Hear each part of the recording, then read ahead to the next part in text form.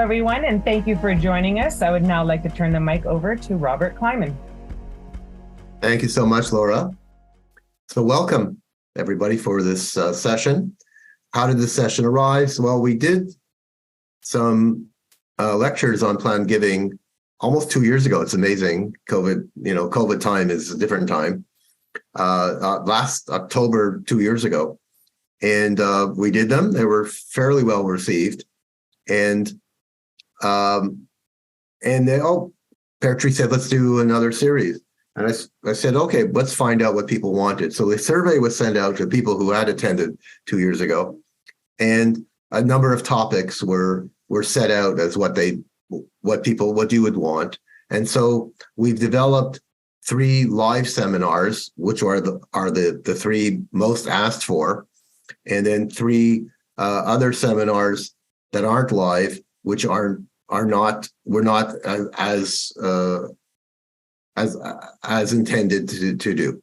So here we're doing one today on charter remainder trusts and listed securities. Next week we're going to do on insurance gift planning, and then winding up with the preferred shares or a gift of private company shares, which is probably the most convoluted and the most opportunistic, really. We also have on the site already 3 topics: art and ecological land, international donations, and new rules of relation to grants, which I think are exciting, and utilizing mining flow-throughs and how to use them directly and indirectly, type of thing. So we've got that set up. Today we're going to focus on charter remainder trusts and listed securities. Now, all of these seminars have a theme, and they were the theme 2 years ago, was that it's not about the product. It's not about the charitable remainder trust. It's about the person you're dealing with. It's about them. It's about finding the best fit, for that person and your charity to work out best. Planned giving is so often talked about as products, a bequest, a gift of private company share. It's not. It's none of those things are a planned gift. They may be a planned gift. A planned gift is a process of planning. So that means you're getting closer to your donor, to your client, if you're a professional, and what's best for them, what's best for the institution, how best to fit things together as part of a plan. So much of what we're going to do in the next 3 weeks is not just the product, the technical product, is who wants it. Why would that person want it? If you can identify with your donors a certain type of person, they say, hey, that type might be likely to want to do a charter remainder trust. Let's find out. Let's talk to them and find out. Okay. The other thing that happened in the course of sort of redoing this, and again, we did many more topics 2 years ago, and now we've just picked. So we're spending more time on a few topics. Is that almost redoing the thought process? Is that time has changed, time has passed, and things have changed, and that means the product has changed. Okay, so in other words, our donors' perception of what's out there and what's happening is different. We have alternative minimum tax to worry about for donations going forward in 2024. That's a change. So how we represent to our donors and whatever, we have to represent the possibilities of AMT. And again, our job is to educate donors about possibilities. They're professionals. Working with the professionals is to do the minute plan and in the technical plan. We're there to educate on how to do things. The professionals have to determine if it's right for them or not. But things have changed. Interest rates are changed. So when we talk about charter remainder trust today, interest rates are different than they were 2 years ago. very different. And that has a big effect on the receipt. When we do insurance next week, and we're talking about a gift of an old insurance policy, which 2 years ago I was talking so positively about because it's a terrific, terrific gift. It's less positive now because of interest rate differences. We'll see that next week. So things change, but your donors, and they change, and it's about understanding who they are, getting close to them, and then finding the right fit for the donor and the charity you represent. Okay, so let's pull out the slides. And okay, and so Charter Major Trust and listed securities, and go forward. Okay. So let's talk about Charter Major Trust. So if you've heard me, I counsel institutions to get into Charter Major Trust, and it's something that's not done in Canada very much, and it doesn't make sense. Yeah. Now, in the United States, the biggest charitable plan gifts, call it, are Charter Major Trust, and a whole bunch of other terms that relate to Charter Major Trust, lead trusts, all kinds of things. The reason for this is because the United States on death has succession duties. That's different from Canada's tax on death, which is you're deemed to dispose of assets. So your RSPs, you have capital gains. If you own shares of private companies, if you own listed securities, whatever you have, you're deemed to dispose at the second death, right? Husband and wife passes to each other tax-free, and then the next death, all the taxes there in Canada, capital gains. Well, in the United States, it's a different thing. You're not taxing your capital gains, you're taxed on the value of your estate. And that's a very big tax. And you can imagine, how many billionaires there are in the United States. There's, I think, over many thousands of billionaires today. Think of all the values on the stock market and everything else. If Bill Gates were to pass away, and he owns more, but he owns $100 billion of Microsoft, and so they do his estate tax return in the United States. Oh, you owe $39 billion of tax. Well, it's impossible. So no one does it, and they have different solutions to sort of work around these succession duties, and consequently, there's been a lot of charitable activity in relation to this. That's been a big solution, and consequently, the hugest foundations exist in the United States because of this, call it real plan giving. And so every institution there in the United States becomes quite able to deal with trusts, and they're much more complicated than in Canada, but they're able to deal with it. And so you talk about bequests in the United States, it's plan giving bequests. It's because of these trusts, really. Okay. In Canada, we don't have much history of Charter Major Trusts. Unlike the United States, where in the code you have pages and pages and pages telling you detail of how to calculate and do. We don't have anything in the Income Tax Act on Charter Major Trusts. There was a bulletin that was put out years ago that said, yes, it's a gift.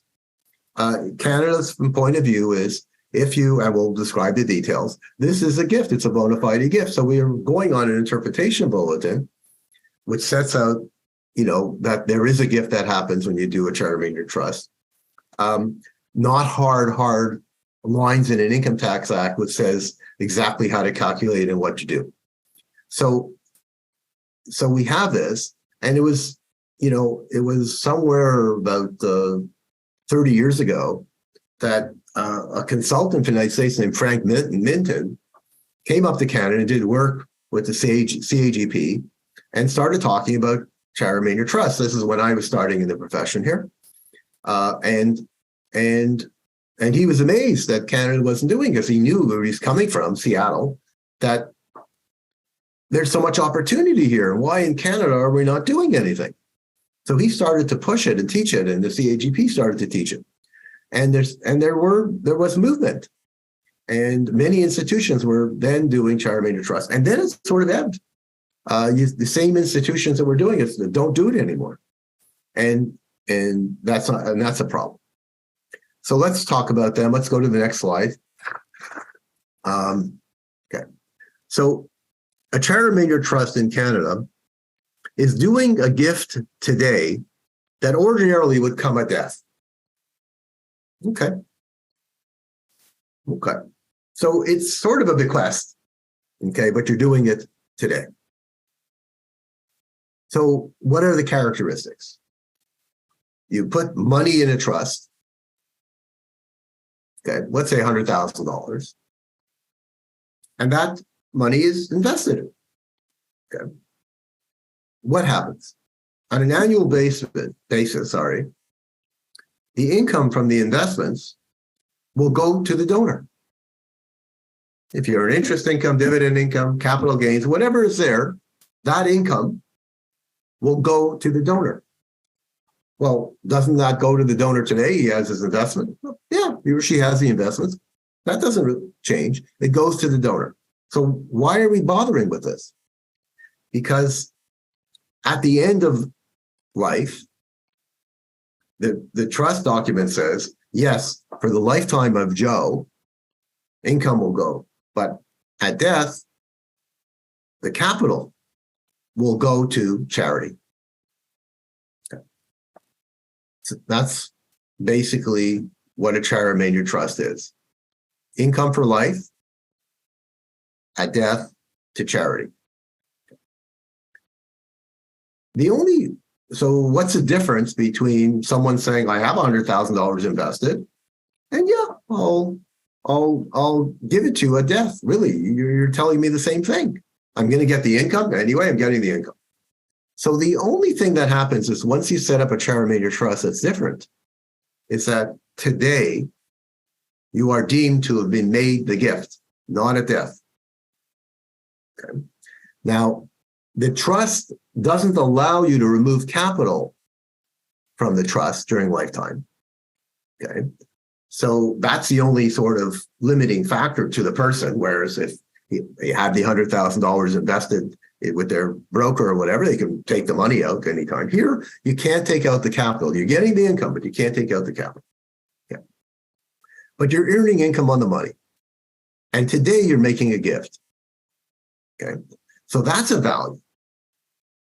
Okay. So let's, if we go to the next slide, please. Okay. So who is this good for? Okay. Someone who would prefer to get a receipt today rather than at death. Now, the receipt today is not the same number as on death, because today it's a computation. We'll look at the computation in detail, but it's saying there's a value of this gift today. It's really going to come at death. So what's the value of that today? Well, it's a mathematical equation. It's a present value of if I'm going to die 5 years from today. So I'm doing a present value of the $100,000 to today. What's the interest rate? It's a calculation. And we're going to look at the calculation. So it's like, instead of getting the $100,000 receipt at death, you might get an $80,000 receipt today. Well, why would I want to get an $80,000 receipt rather than a $100,000 receipt? Two reasons. One, it's today. You can save tax. And the question is, will you need the $100,000 receipt at death? So let's talk about the person. This is the most important thing we're going to talk about today. This product is aimed at people who will be giving a good part of their estate to charity on death. So why is it aimed at them? It's people, and I'll say it directly, often without children, and sometimes with children, but are still giving most of their estate to charity. But someone you can envision someone without children being able to say, I can give much more of my estate to charity than if I had kids. If I had, here's a $2 million estate. I have 3 kids. How much should I give to the hospital of death? Okay, I'll give a certain gift, but I want my children to get my value. But if I don't have children, what can I give to the hospital? I can give all $2 million, really. So here's someone that says, I'm going to be giving a good part of my estate to death. Now, so what happens at death? Let's talk about that $2 million estate. At death, $2 million, let's say it's all going to the hospital.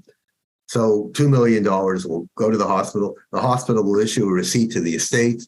The estate will basically make an election to use it on the final tax return of the deceased. There's a final tax return. All of your gains that you have at that time, your deemed dispositions, your RSPs are there. And you say, oh, good, I've got $400,000 of income on the final tax return. I could use that receipt against the $400,000 of income to wipe out taxes. And in fact, you can even go back to the return the year before and while you're alive and go back to that income tax return and say, oh, I showed 80,000 of income. I can use that receipt from death against that. Oh, so look at that. I'm using $80,000 of the receipt on this, the penultimate return, the one before death. And I'm using $400,000 of the receipt and the final year return. And isn't that good? And there's no tax. Of course, no tax means you're getting back tax. Whatever more will go to the hospital, the estate's larger. You're good. But we started by saying there's $2 million going to the hospital. So $2 million is there's a receipt there, potential receipt. And I'm using 80,000 on the return from the year before, 400,000 on the year of death. What about the rest of the receipt? What happens to it? Right? We know, to us, the receipt's worth 50 cents on the dollar of tax saving. And here we have nothing.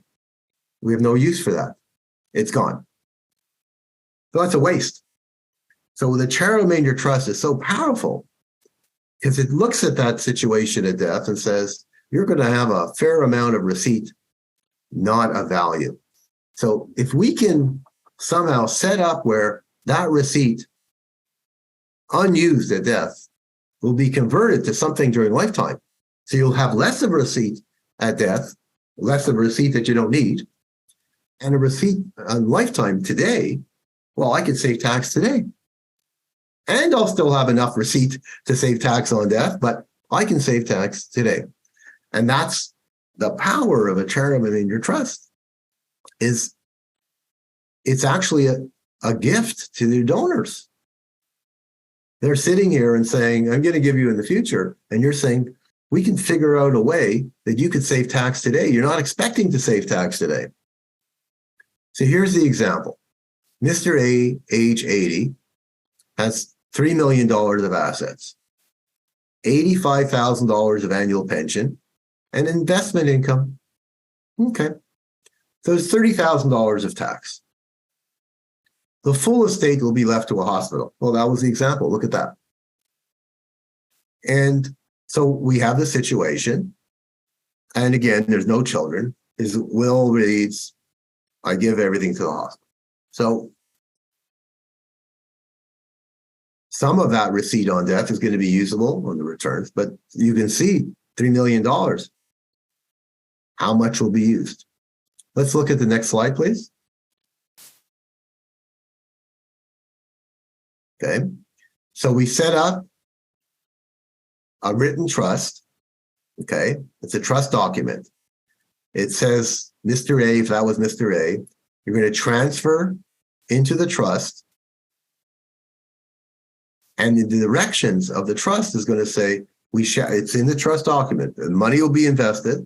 We will pay out the annual income to Mr. A. Okay.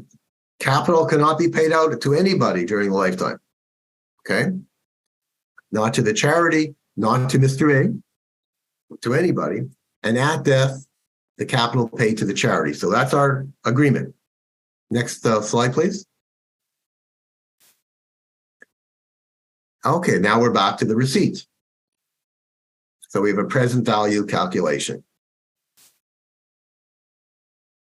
So the receipt is equal to the amount transferred, say $100,000. And then in the calculation, years and interest rate. Okay. So interest rate is what's the interest rate, the normal interest rate for that period of time. So in other words, if you're investing Bank of Canada interest rates, okay, which used to be 2%, and now are 4.5% and 5%. Okay. That's our rates. What are the years? Well, until you pass away. So just put in the years you pass away. Well, how do you know that? So we look at a mortality table, a Canadian mortality table, and which is really for all of Canada. Okay. So it's an averaging of all Canadians. And we look on that chart and we see, well, he's 80 years of age. So there's 16 years. Can we go to the next slide, please? Okay. So here, if we've looked at Mr. A's tax return, and we see that he's got income of pension income and other things afterwards. And we see, but if we can create a $60,000 donation receipt, we'll recover most of the tax. We say he pays $30,000 of tax in a year. And basically, if we create a $60,000 donation receipt, we'll recover just about all of it. Let's say we recover $30,000. Okay. So that's really exciting. Now, we look at the mortality charts and we see his mortality is 10 years. Again, that's a number. I don't know when he's going to pass away. Most of the people that I've dealt with in this type of thing, their mortality is actually greater than the charts, because the mortality takes in all of Canada. And if we're dealing with, I guess, healthy people, okay, who have resources, and therefore, and resources are part of standard of life and how long you live. Of course, if you can live healthily and whatever. And there are people, unfortunately, that live under duress and their lifespan is less. But if you're lucky enough or able enough to have resources, that does extend your life. So if we see that his mortality is 10 years by the chart, and the interest rate we're choosing now is 5%. So that means that if he transfers $97,720 to a CRT, that will yield, by calculations, a $60,000 receipt. In other words, 60,000 is the present value of $97,720 in brackets, 10 years at 5% present value. So this person's saving $30,000. What is the person giving up by doing this? Like normally if a person gives up $60,000 and makes a donation to the hospital and you get a receipt and you save $30,000, you say, oh, I saved $30,000, but I'm $60,000 poor. Here, he's really $97,720 poor because it's in a trust, it's not owned by him, but he's still earning income on it, just as he was before. So he's not really giving up anything. The only thing he's giving up is the right to take out the capital. So you certainly wouldn't do this for emergency dollars, right? Let's say if something, God forbid, happened and bad and you needed the capital. So you wouldn't put someone's last dollar in a charitable maker trust, but the person's got $3 million. Okay, you could put away a fair amount before feeling I've got my, if something happens, money type of thing. So this person saved $30,000 this year. That's a gift, right? It wouldn't I've had it otherwise. Knocks out tax. No more installments to pay. Has $30,000 more cash flow. Feels richer. Goes to Florida. Okay. Feels richer, feels better. Do it every year. Every year, do it next year. Do it the year after. The calculation will change. Calculation will change because next year when you do it, the mortality number may change, right? 5 years from now, if the mortality was 10 years, 5 years from now, the mortality may be, 7 years. Okay, so that's going to change the calculation. Of course, and interest rates may change. Okay, so you can do this every year until you're at a point where you say, yeah, I shouldn't tie up more capital type of thing, and save enormous amounts of tax. Can we go to the next slide, please? Okay. So just if you look up, by the way, the slides will be available on the website and everything, so you'll see everything. Thank you, Sylvia, for the question. Canada mortality tables. You can pull this off www.150.statcan.gc. There's all kinds of calculations. They're wonderful calculations on stuff. Some of the charts that they have is mortality charts. So you can actually pull off, they have for males, for females, you can actually pull off the numbers there. If you're looking at interest rates, I've tended, again, it's not like in the Income Tax Act, it says you shall do the following. So it's logic, and as long as you're not a pig, CRA will accept this. So I've tended to use Bank of Canada rates for the period of time. So in other words, if mortality is 10 years and you look at what's the Bank of Canada rate for a 10-year bond type of thing, I tend to use that rate, but you can look up Bank of Canada and see rates there. The calculation is an Excel spreadsheet. If you go onto Excel, they have calculations there. They do present value, and you click on it and you put in, the 10 years and the 5% interest rate, and it says, it's it's X amount type of thing. It's done quite, very easily there. There's always this calculator trick. Where's my calculator here? So if we can just take off the slides and we'll go back to the slide.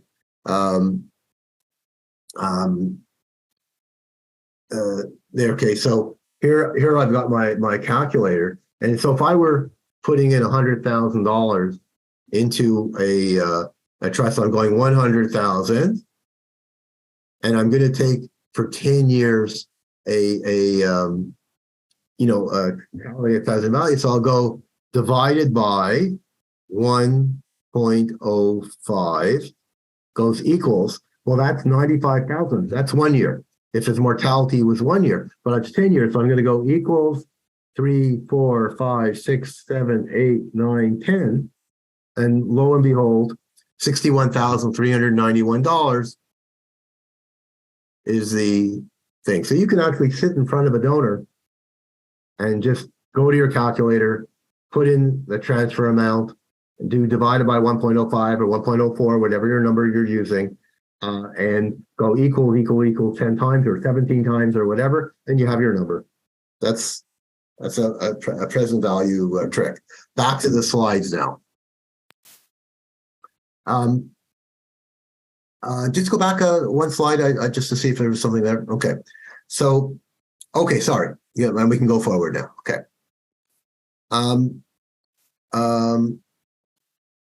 So now let's talk. This is about knowing your donor. There's a statistic, you can see it by looking up, it was a CBC, whatever. You can actually look at the article on, someone did a study, I guess, using census data and everything else. is how many households in Canada didn't have children. And I'm focusing on children. Sorry, I apologize if you're there and you say, I don't have children, why are you picking on me? I'm just saying this particular one is there. But according to this poll or calculation, 20% of Canadian households didn't have children. Now, that could mean someone who's single, a household, a married couple, whatever, didn't have children. That's a lot of people. That's a lot of households. Okay? That's a lot of households. And for the most part, I would say not 100% of the time, but for the most part, their wills look awful different. Without children, their wills look awful different. And so the Charter Remainder Trust to charitable institutions is a potential for huge fundraising, which we're not doing today. Okay. It's those people that you have relationships with that don't have children, of you visiting them and saying, you've been a donor, we want to share something with you. That's fantastic, which can really do you well.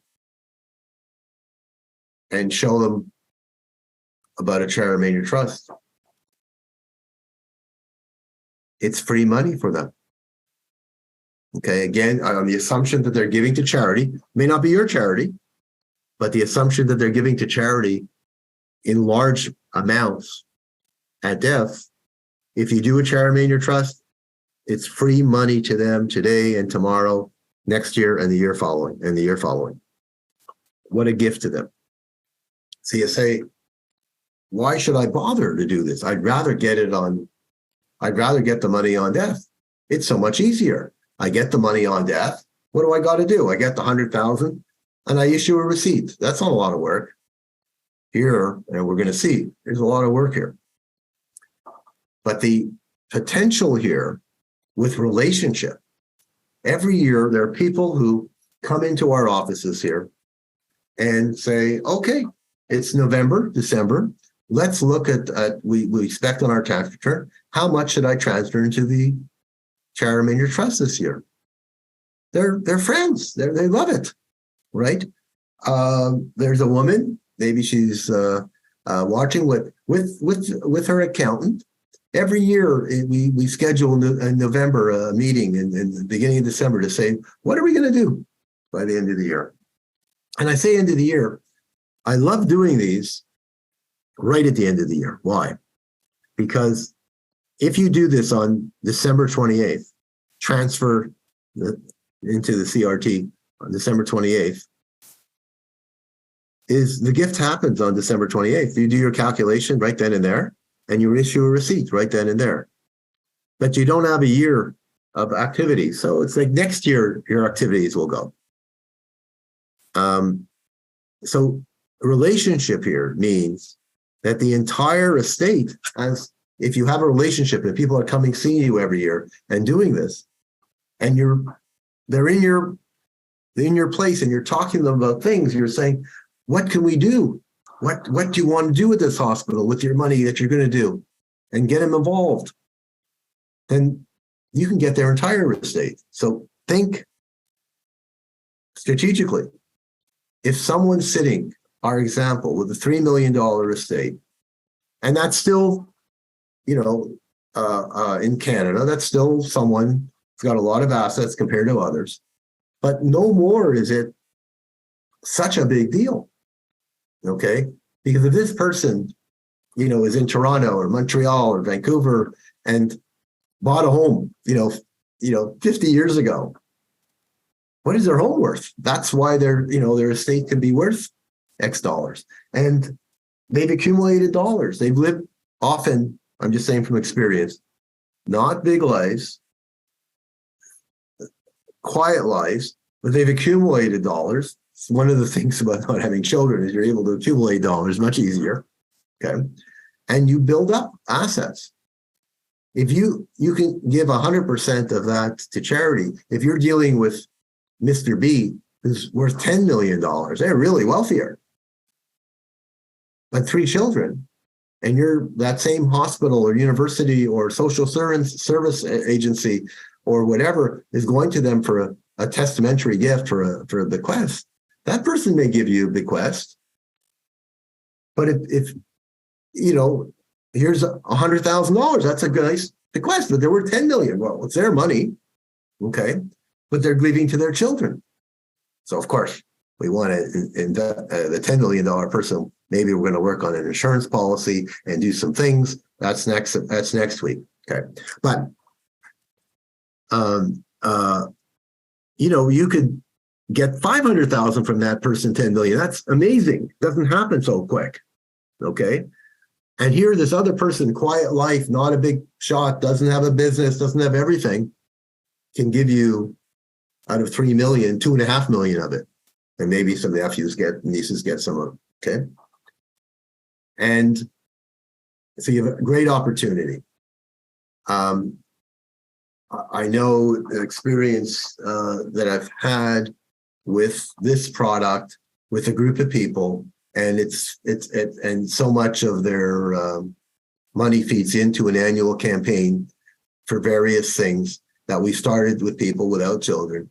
And there's a calculation that I sort of had done that sort of indicated that about 8% of an annual campaign, which is a big campaign, comes through of gifts. None of them are alive, of people who don't have children, who set up this relationship and gave a lot of their estate to the charity. And I remember calculated that the total amount of the gifts annually is between $2.5 to $3 million, but during lifetime their gifts were $60,000, all of them combined.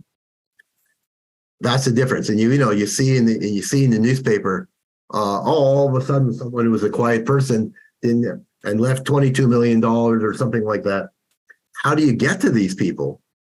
You offer them things. You offer them, tax savings. You offer them relationship, and it actually works. Can we have the next slide, please? So we have that annual calls to get together to plan numbers. And what happens is the income from the Charter Remainder Trust goes to them. It's taxable. It's normal. Interesting, whatever. Okay. And then what happens is that they don't want it. Oh, you're giving me a check. What do I get? I just have to pay tax on it. They usually donate it back to you. Okay. Another thing that happens is that over time, it's Charter Remainder Trust, but they don't need the income. They don't want it. And then they say, you know what? I need a $60,000 receipt. Why don't I just donate to you the money? And they make a donation of appreciated listed securities. That may not happen the first year, but later on, as they go on, they're coming in. What's the right transfer to make to save taxes here? I have more income, I have less income. And then, you know what? Why bother retirement your trust here? Put it in my fund for whatever we're building, type of thing. And you do, because it's a relationship and it makes sense. Go to the next slide, please. So there's a lot of work to be done. And I think that's why a lot of the Canadian institutions haven't done it, because there's work to be done. And shame. Okay. You have to set up a trust. There's a trust document. Okay. You register the trust with CRA. It's a taxpayer, the trust. You calculate annual income, you pay it to the donor. You do a tax return. It's a trust return. It's easy to do. If you're lucky enough to have a big business of this and you're doing, all of a sudden you have 30 of them 5 years from now, okay? Yeah, you bam them out. Yeah, it takes effort. It takes time. You bam them out. You get into the habit of doing this, boom, boom, boom, boom. You can do them quickly. As I say, the trick when starting it, set it up December 24th to 31st so that the time period, if you've had the trust from December 24th to December 31st, 2023, don't forget about the income for that year. Put it in for next year. You get a benefit of not doing it. Okay, next slide, please. Now, where does the money go? You can use the charity's platform. In other words, the charity has investments and you can put it in there. What I find is much easier. Okay, because it's hard. I know, like in our, here in this foundation here, and the investments are convoluted, and you've got this fund and that fund, and realized gains. Who care? There's no. We don't care if we own marketable securities, public equities, and it goes up in value by the end of the year. It doesn't make a difference if it's realized or not. So here, income in a trust is if it's realized, the capital gains realized or whatever it is. So it's hard within your investment structure to put this together, really. Though, today, quite simply, with interest rates high, the person may say, yeah, just invest it, get me a 5% return on my money. You can get that money market almost, all right? And so you can invest it in money market, get 5%, give them the 5%. But what I find much easier and much friendlier is these people have brokers, right? So, this Mr. A is sitting with a $1.8 million with a broker. Maybe some of it's in the RIF with the broker, and the rest of it's being invested in securities and all kinds of things. So I find it much easier and friendlier to say that our charity is going to set up an account with the broker, okay, and there'll be a brokerage account. Let's say the person's name is Adams, okay, and the charity's name is Hospital, okay. So there'll be an account with the broker called Adams Hospital Charter Remainder Trust, and we're going to remove the $97,000 from his normal brokerage account into the new brokerage account, which is the Charter Remainder Trust. Okay. And the broker, what does he do with the whatever normally she or he did, however you were investing before, continue doing it. Okay. And what's good about that is that, when I do my tax return, I get slips from my brokerage house, and they show me with my US and Canada account, they send me a package of a T5, T3, or whatever, that shows my interest income in my account, the dividend income I got.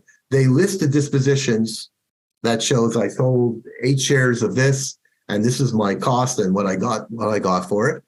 I get all the data to be able to do my tax return. And so if I'm doing a Charter Remainder Trust, wouldn't it be great? I'm getting that T5 slip package, and now when I do the tax return for the trust, I have the data right in front of me. So much Canadian dividend income, so much American dividend income, so much interest income. The dispositions are shown there. I can put that right on the trust return. I then calculate the income. It's $2,400 of dividend income, $1,000 of Canadian interest income. We disposed of this security and made $2,000. I now see the total amount of income. I tell the broker, okay, the total amount of income for this year is, was $7,000. Send a check to us for $7,000, okay, because that's made up of that. The $7,000 will go to the you'll send a check to the donor, and you're doing the tax return. You're calculating. There's a T3, which is going to show the dividend income, interest income, the capital gains on there, which you're getting the information from the broker, and it makes it relatively simple. Okay, relatively. It's not simple, but it's relatively simple. Okay, and easy to do. So I find that methodology. The other thing I like about that is I have a friend for the broker. I love to have friends. brokers. And now we're working with them, and they're happy because they are continuing to, they're not losing the book type of thing. They're doing it. They're happy. You know what? We have friends who are brokers, dealing with them positive way. They're now doing business for us. Okay. And some of them have bank foundations, right, that they could put into and things like that. But no, they'd rather deal with us and doing it this way because they have control of the investments and whatever, and it works out for them. Next.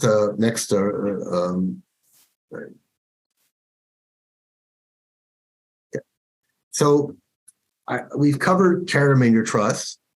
And again, the key part here is the opportunity that one has to find a level of givers and to move up their giving substantially to you if you can create a relationship, build the relationship. And a charter member trust is the plan giving tool to do it, which will have great value to them. If I see a person's estate that's given a lot of money to charity and see that the receipt's useless, most of it's useless, you know that there's been, I think it's an error, right? Somehow the planning hasn't been there and the work hasn't been there to do best for that person. And by doing best for that person, you reap the benefits. Okay. Now we're going to talk about charter remainder trusts. Oh, sorry, we just did that, I think. Okay. And just as you know, here there's a ask Bobby at Pear Tree and things like that. As you go forward in your thing and you say, and you'll send all that seminar and things like that, and you say, Bobby, I want to contact you. People from the seminars last year, I got calls. I help me with this. We'll certainly do that. If someone's saying, "Oh, I'm needing someone with charter member trust and want to give me a call and say, okay, just fine tune me and type of thing and whatever," please do that and ask your questions. If you need help with a contract in your institution, you can ask for it and ask Bobby at Pear Tree, and we'll send you, one that may be good, for here, but as a base that you could use in your institution. Marketable securities. So listed securities, has been around now as a gift, as a special gift now for a number of decades. Started with government saying, Finance Minister Martin, who became Prime Minister, really wanted to do this. Mr. Johnson, our friend into philanthropy, was a big thing of him going out and saying, let's create an incentive for people to give listed securities. And it came about, and the government allowed us that 50% of our gift of listed securities would not be subject to capital gains tax. And then a few years later, they moved it from 50% to 100%. So that if you give marketable securities, you do not have a gain. Well, you have a gain, but it's not taxed. And that's a boom. And statistics have shown that donations have increased for that. Now, donations can increase from that by someone saying, yeah, I gave 20,000 before, I'm still giving 20,000. Instead of writing a check, I'm giving the listed securities, and it's the same $20,000. And that's good for the person, the doing better from a tax point of view, and that's great. But I think we've seen people actually increase giving with this.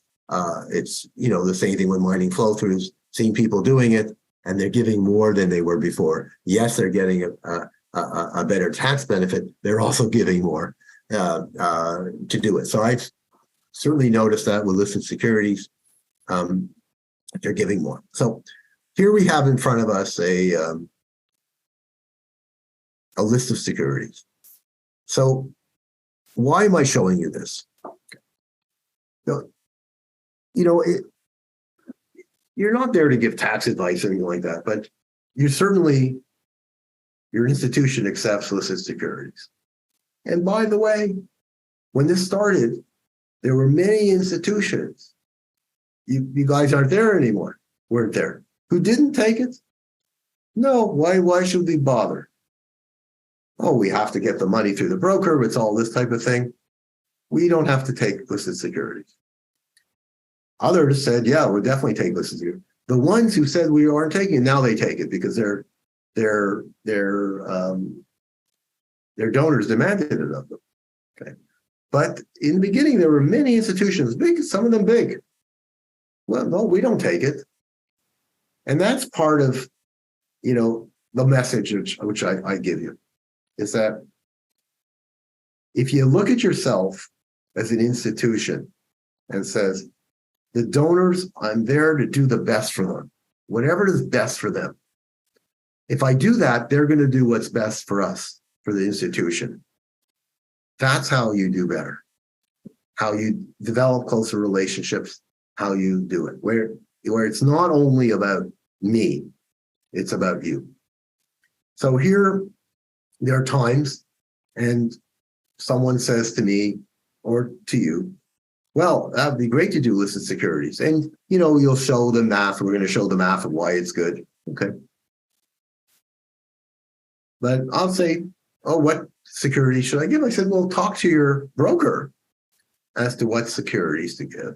Certainly, if there's no gain attached to them, don't give me that. That's the same as giving cash. Okay. There's no value to that. You want to have a gain, not taxed. That's the value of it. Okay. But if the broker says, you know what, we're sitting with big gains on this company, it's time to sell. Okay. Because I want to take the profit. Sometimes we should do that. Okay. Well, that's a perfect gift to donate, because if you're going to sell it anyway, right, and create a capital gain, right, you might as well use that money to make your gifts and to do it. So that's also economics and thought process. Oftentimes, though, it's not that situation. So I'll look at a chart like this. I'll say, and the brokers, like for me, we get monthly charts of our holdings, and we look at it, and the charts look different from the different brokers, but here it shows IBM, BCE, TD. So I show IBM. Why IBM? Because it's an American stock exchange. It's just as good, just as valid. Okay. So, showing that they own 10,000 shares. I'm making this up. Oh, the value is $50 a share. Of course, that changes every moment of the day. But, on the sheet, it shows $50. The cost, what it cost was $40 a share. The total value is $500,000. And then, so I sort of write in there, what's the gain on this? And in this case, the gain, if you would sell them, is $100,000. And I put a percentage, again, it's not on the broker statements, what percentage of that of the total? So the gain is 20% of the total. I mark that. BCE, 1,000 shares, $50 value, cost $10. The total value is $50,000. The gain is $40,000, 80%. So the total gain is only 40 versus a gain of 100. So it looks like IBM that's the best gain. But as a percentage, BCE at 80%, that's really good. TD, 3,000 shares, value 100, cost 300,000. The gain is 150, and the percentage is 50. Okay, that's good. RBC, 10 shares, value 100, cost 30, total value 1,000, gain $300. Okay. So just my process is, I'm not looking at the RBC, it's too small, right? I'm making, what's the example here? We're going to make a $20,000 or $50,000 gift or something like that. Okay, I'm not going to bother with $1,000 worth of gifts and things like that. So I'm going to pick, if I'm going to make a $25,000 donation, I'm going to pick from my IBM, my BCE, and the TD. I look, if I make a $25,000 donation, I'm going to pick BCE just on my own thing, saying 80% gain, which means that 20,000 out of my $25,000 donation will be a gain not taxed. So I'm very excited about that. That's a good gift. Again, I'm not thinking whether BC is a good money share to invest or IBM. I'm not looking at that. I'm just, this is an example. I'm not telling you to buy or sell, these companies. I'm just using it as an example. But there it is. I'm looking for that 80%, the high ones, and saying that's the one to give. If someone says to me, yeah, that's a good gift, but I really like my BCE. So okay, so gift it and buy more BCE if you like, or whatever. But make that gift the nice game. Okay, let's look at the next slide. So here, this gift was a $50,000 gift. We gave the BCE. Now we do the math. The $50,000 receipt, right? What is the receipt? The receipt is the value of those shares at the transfer to the charity. What are we doing here? Someone is transferring from their brokerage account into your brokerage account, the charity's brokerage. That transfer date, don't sell the shares in your brokerage account and then transfer the money to charity. That doesn't work. That's not a gift of securities. It's a gift of cash. But you're transferring the shares to your charity's brokerage account and then you're selling them. Okay. So the receipt is the transfer value at that day. And, simply someone can look at the closing value of the shares on that day, which is another paper, and say, oh, that's $42 and that's my value, type of thing. A lot of institutions, it's sold, the money comes in, and they say that's the gift type of thing. It's okay, but it's not accurate because if there's a commission on the sale, and you sell it for $50,000, but there's $100 commission because you have low commissions, and you're getting $49,900, and you're giving a receipt for $49,900 because that's the cash you're getting in, and your system does that. It's really inaccurate. It's really $50,000, which should be the receipt. So $49,900, probably people don't care, but some people will call and say, how come you're under receipting me? Okay. So a receipt is worth 50%, let's say, in some provinces a little less, some provinces more, if you're at the high bracket. So $25,000 of value, right, just from your receipt. We do this calculation that says, what is the value of not paying tax on the gain? Because we have a gain of $40,000 here. Normally with a gain of 40, 20 would be taxable. Okay. And if 20 is taxable, if you're paying tax at 50%, right, you're paying tax of $10,000. So here we're saying we save $25,000 of tax from the receipt. We save $10,000 of capital gains tax. That's $35,000. The gift is $50,000. What is your cost of giving? $15,000 on $50,000, 30%. Whether that's really a cost of giving, I don't know. But this is our math that we show to help people look at the value. Again, you're not having a capital gain, but maybe you wouldn't have had a capital gain if you wouldn't have paid the gift. You wouldn't have the capital gain anyway. Maybe in the future you'd have the capital gain. So you're giving credit, to the tax for that. Yeah, you're doing it, but it's the calculation. But you get a habit into doing these calculations. Next slide, please.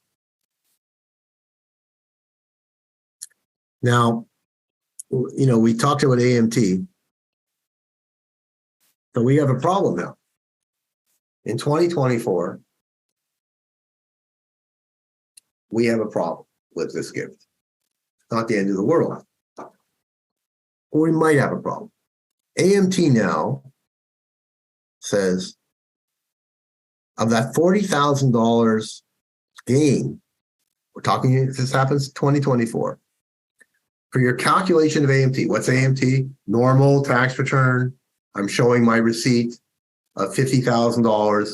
I'm getting a donation tax credit on $50,000. For federal purposes, the donation tax credit is 33%. So $16,500, I'm getting a donation tax credit.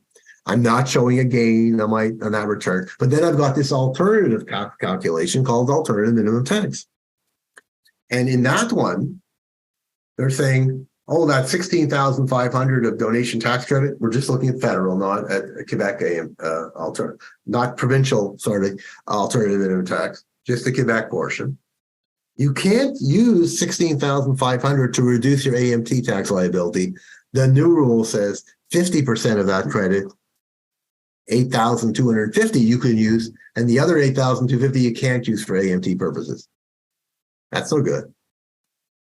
The other thing they're saying is 30% of your gain, you're not showing any gain in the return, but 30% of your $40,000 gain, which is $12,000, I want you to add that into your income for AMT purposes. You didn't have any income for normal tax purposes because you had this exemption.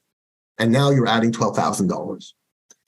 Now, they're also saying your total exemption for alternative minimum tax is $173,000. It used to be 40. So for people at a certain level of tax return and whatever, and gifts and things, the $173,000 exemption should overcome all of the fact that says, oh, you're going to have AMT tax to pay because of your credit isn't this big, or by adding 30%, the $12,000, oh, but I have $173,000 exemption. That should knock out most of our gifts from AMT. But if it's a large gift and you have other AMT factors which are negative, you might find that you have AMT. And that's bad, yeah. Is it horrible? It depends. If it's extra tax you're paying, that's not good. But AMT is refundable over 7 years. When your normal tax position goes higher than your AMT in a year, and you've paid AMT in the past, you can sort of recover AMT. In some cases with gifts, and we're going to see that when we do the lecture on private company shares and big gifts, is that you're not recovering that AMT. So if this example where I have I'm giving $5 million of marketable security on my personal tax return, and there's a gift there, and you have to add back 30% of the gain. Let's assume the $5 million is total gain, and you're adding back 30%. That's $1.5 million to AMT income, and your credit of $5 million that would be 33% federal purposes. Okay, that's $1.67 million is now only $833,000. And yeah, again, you have income. You're going to have AMT, and you may not recover it. Okay.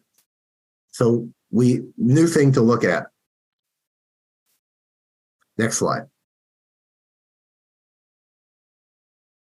So we have this thing, and we want to make a gift. Now I want you to think a little bit. Forget about the product.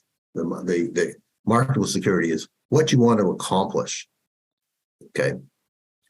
So, it's telling the person, here's just some examples. Build an endowment. Put away money in your charity for an endowment for a project long term. Start donating marketable securities to do it every year. Get that tax savings. Okay, and build an endowment. That may be the plan.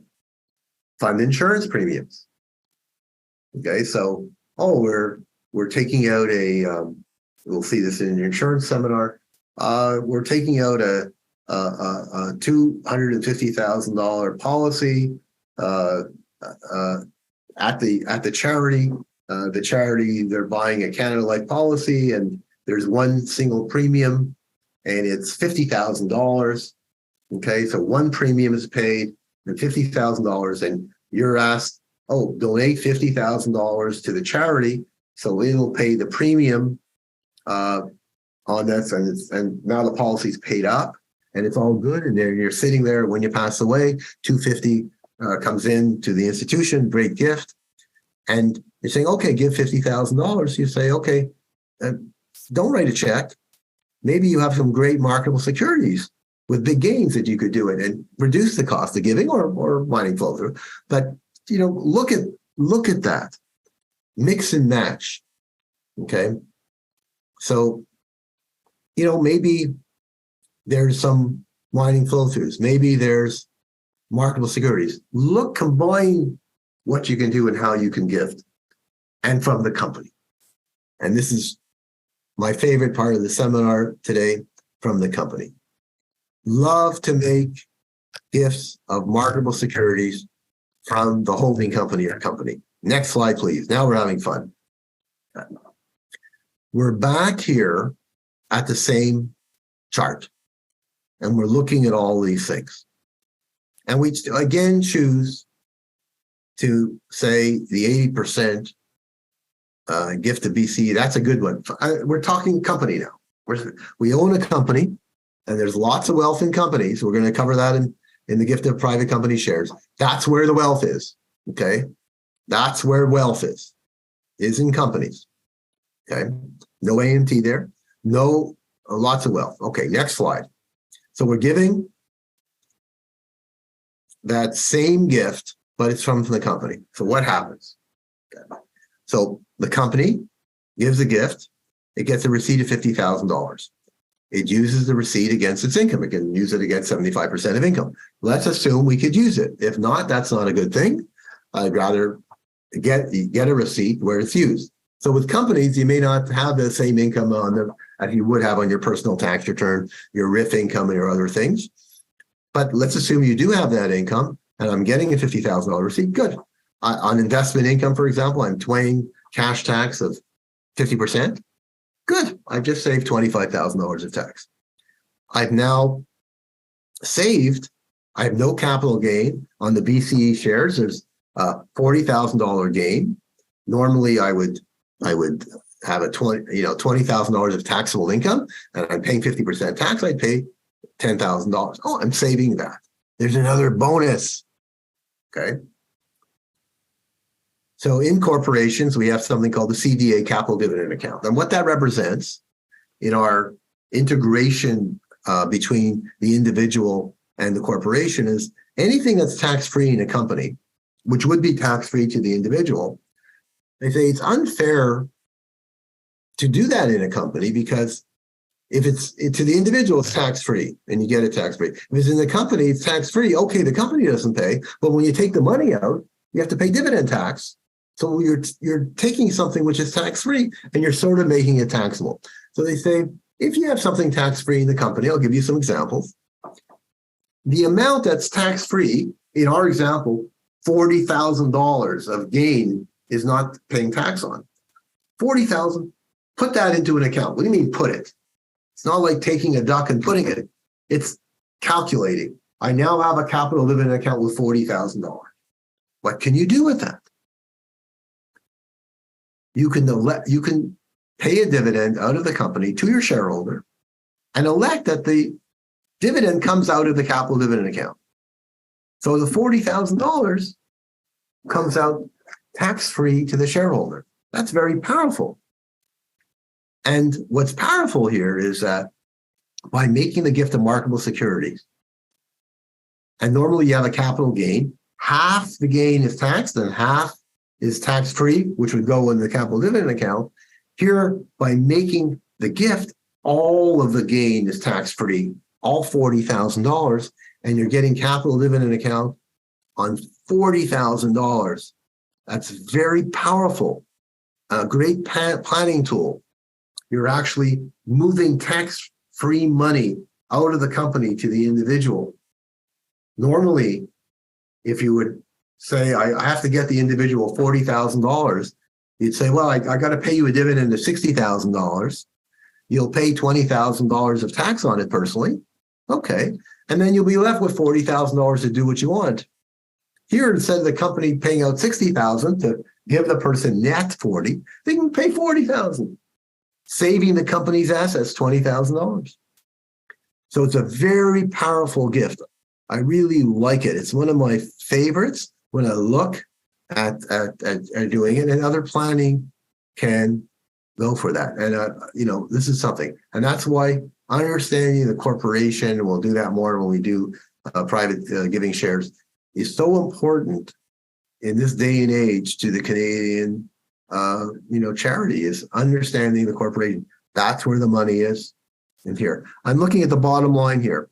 We've given $50,000. We had a $25,000 tax receipt.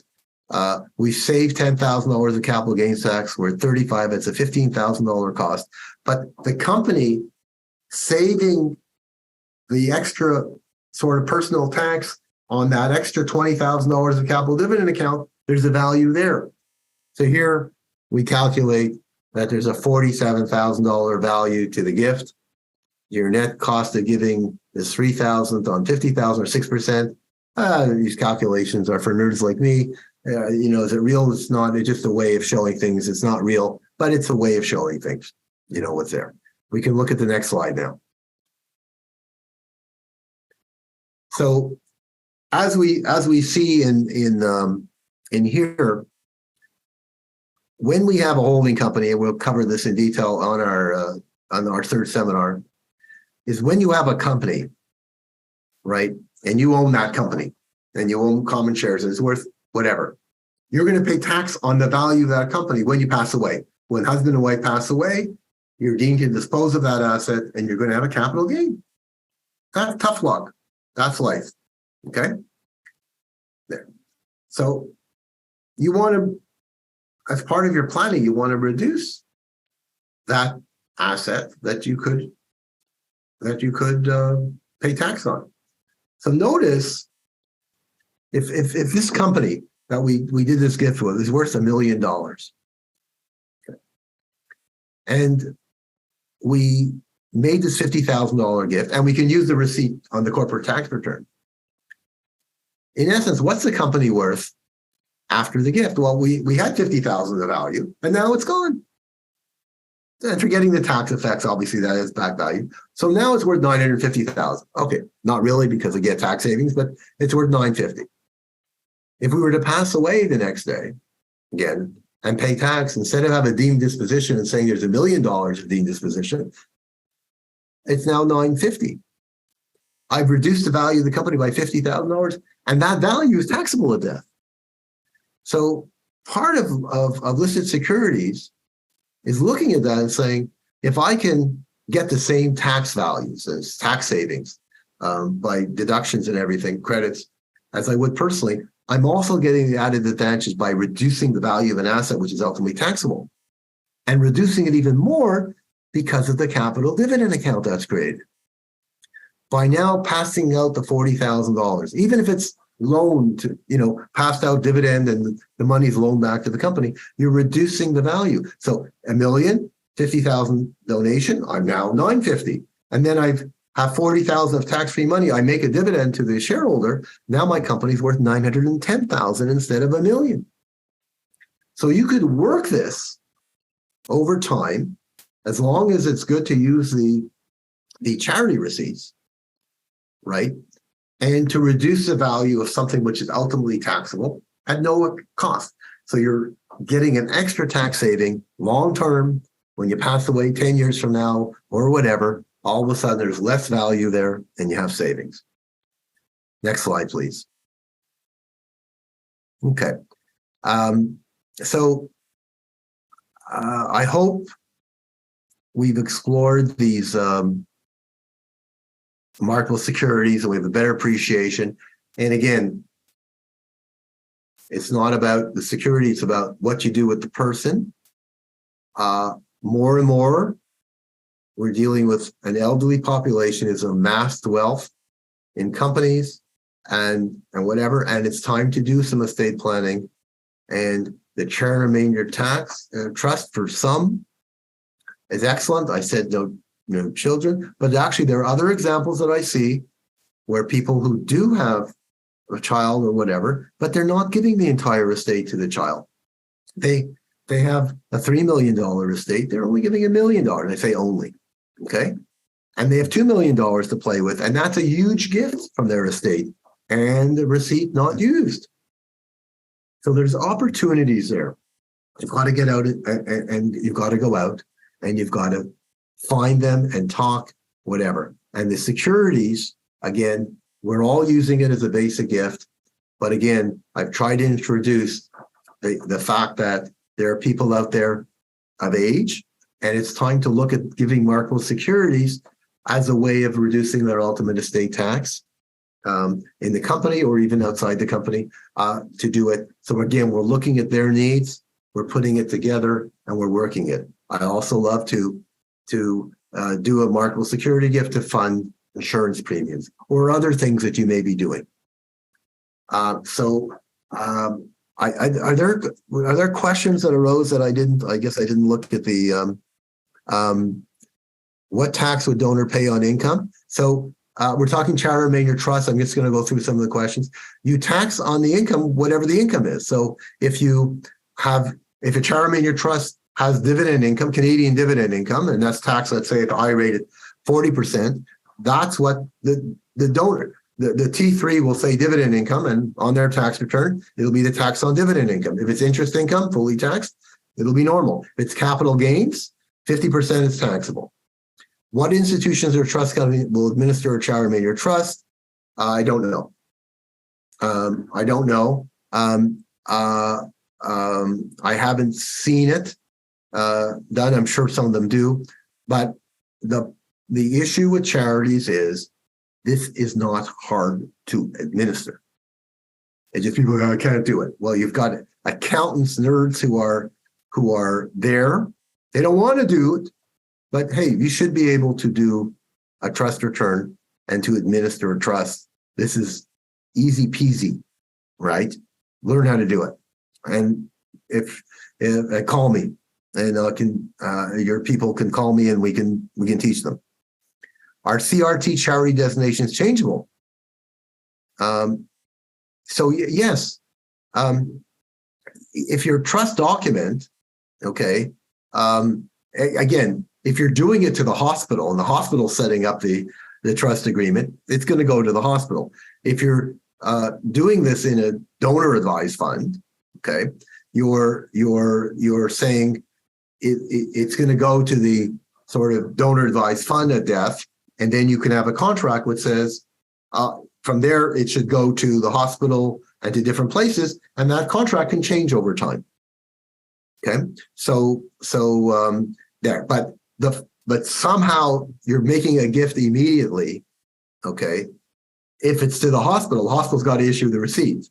So once it's to the hospital, you can't change that. If it's to a public foundation, and in that case, yes, it's the public foundation that's getting the gift, so they can issue the receipt today, and then later you can have a contract that says, look, I want this to go 20% to the hospital and 40% to the school and to United Way and all this kind of thing. And of course, that contract can change over time. Okay, are there? Let me scroll down here. What minimum annual contribution to CRT is needed to make the administration cost reasonable? I would, if your only thing is, I'd say $50,000, but that's our problem. We look, what are the costs of this? The relationship is so big, is so deep. What are to make the administration costs reasonable? You're entering into a relationship with people that can give you millions of dollars. What is the cost of marketing to get to those persons? Your videos that you're preparing for your institution, and your parties that you do, and your dinners that you put on. What are the costs of doing that to get donors? Here you have donors walking into your offices, dealing with you, adding to it every year, and getting the big bequest to them. How do you get them today? What are the costs of acquisition of a donor today? If your cost of acquisition is your administrative costs of doing this, that's cheap. Okay. Again, I gave you statistics, real statistics from here, okay, that showed millions of dollars going into a campaign where their annual giving was 60,000 in total, okay, about 2.5 to 3 million, and their annual gift was 60,000 in total, okay. Every year now, that gift comes in. If you could get that in your hospital and build up that thing, what are the costs of obtaining that kind of annual gifts that you have today? It's expensive, right? So I'm saying, yeah, I get it. My philosophy, unfortunately, our accountants here are yelling at me down the hall. Stop, Bobby, stop. No, it works. You do it. Yeah, I get it. It doesn't make sense for someone to do 10,000. They don't have opportunity. But if you're doing it for $10,000 and you see, you know what, this is someone who's got millions of dollars to give to us, I'm going to invest in this relationship. You're going to do it. Is there an age where the CRT calculation, Curtis, you're asking lots of questions. Good. Is there an age where the CRT calculation results in a CTC lower than a standard cash gift with no CRT?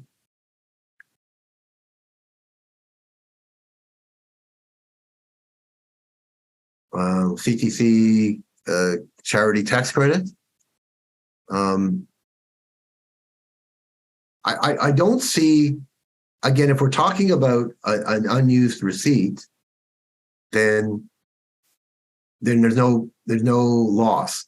If you're comparing it to a receipt that's going to be used, then your present value calculation is the one that does it. And so, Curtis, what I'm saying is that if the person can save $30,000 of tax today versus $50,000 on death, okay, what's better to do? Okay, and the answer is, if your 5% discount factor is what that person can earn on their money after tax, okay, then it's equal, if that's the calculations. If you can only earn 4% after tax and you're using a 5%, then it's better to get it on death.